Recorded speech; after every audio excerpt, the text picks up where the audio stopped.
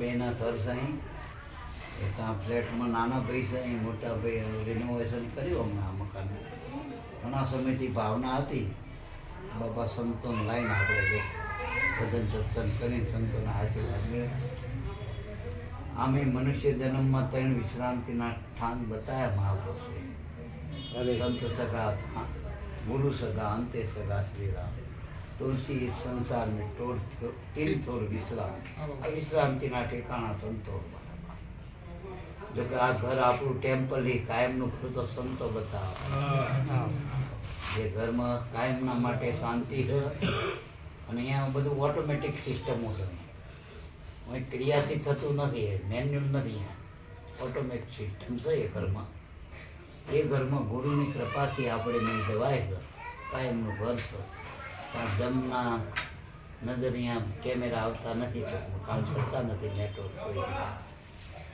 હવે એ ઘર આપણું ગુરુ દ્વારા આપણને નક્કી થાય અને એમાં આત્મા સિવાય પોતાના સિવાય બીજું કોઈ રહે નથી. એ ઘર એકનું જ થતા એ બીજું હમાય એવું નથી ટૂંકમાં. હવે એ ઘરમાં જવા માટે પહેલાં આ ઘરમાં સંતોનો વાસ કરવો પડે. પછી એ સંતો જે આપણને સમજણ આપે, સમજણ આપણા હૃદયમાં ધારણ કરે.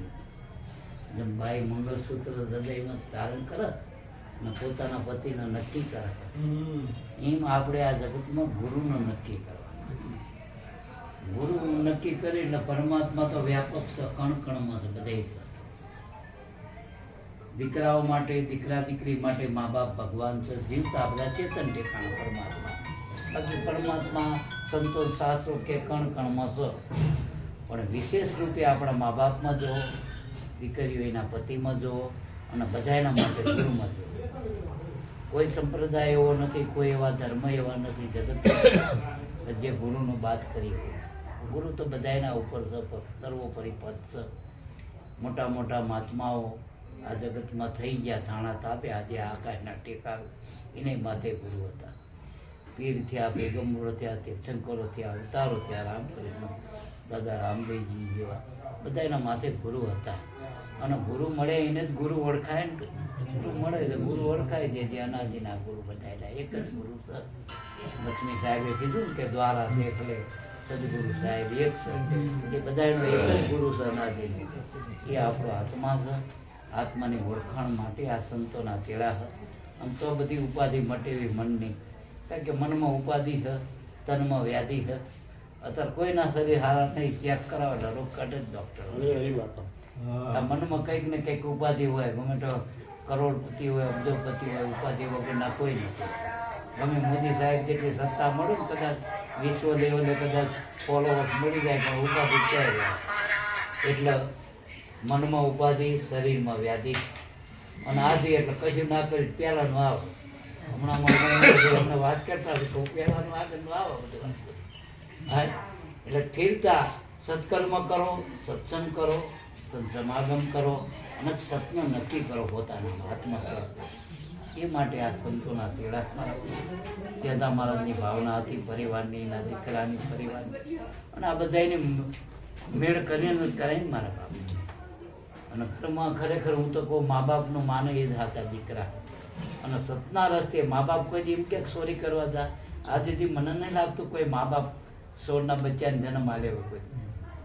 ચોર તો કુસંગે કરીને થાય, લપંગા કુસંગે થાય, ખોટા રસ્તે ચડી જાય. એ મા બાપ કોઈ દીકરાનો ચોર પાપી કહેવાય એવા કોઈ એવા ક્રૂર જુલ્મી કોઈ મા બાપે જન્મ આપ્યા જ નથી. મા બાપે દીકરાનો જ આપ્યા જન્મ. એટલે હું તો કહું, મા બાપને આપણે માનવા આગળ રાખીને સત્કર્મમાં આગળ રાખવા ટૂંકમાં. અને ખોટામાં મા બાપનું નામે ના વટાવું. હું તો કહું, ખોટામાં ખૂટાઈ ગયો જેને ખૂટાવો. મા બાપનું ગુરુનું નામ ના વટાવવા. કારણ કે જમના સોપડે ચડવાના, અહીંયા મા બાપનું નહીં પૂછે, અહીંયા તો આપણે જ ભોગવવું પડશે. હો, જમના સોપડે અહીંયા તમારે ગુરુની જય બોલાવશે, મા બાપની જય બોલાવશે. શ્રવણે સત્કર્મ કરે તેના મા બાપની જય બોલાવી. જેને ગુરુના આગળ રાખીને સત્કર્મ કર્યા, સદધર્મ ચડવ્યા, તો એના અત્યારે જય કરા બોલી. ખોટાના મા બાપને આપણે યાદ નહીં કરતા, કાના મા બાપને 10 વખત નહીં જાય એવું કંઈ કોઈ. એટલે ખોટાનું આમાં કામ નથી. આપણે બધાએ સી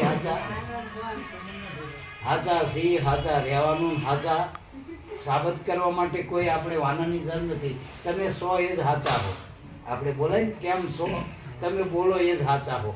બાકી દેખાયમાં તો ખામીઓ રહેવાની નાની મોટી. કોઈના વાળ હરખા નહીં હોય, કોઈનું નાક હરખું નહીં હોય, કોઈની આંખો હરખી નહીં હોય, કોઈના કર્મ હરખા નથી, કોઈની વાતો હરખી નથી. બાકી તમે સો સાચા બોલનાર ચેતન આત્મા છે એ દરેકમાં એક જ છે ને સાચો છે.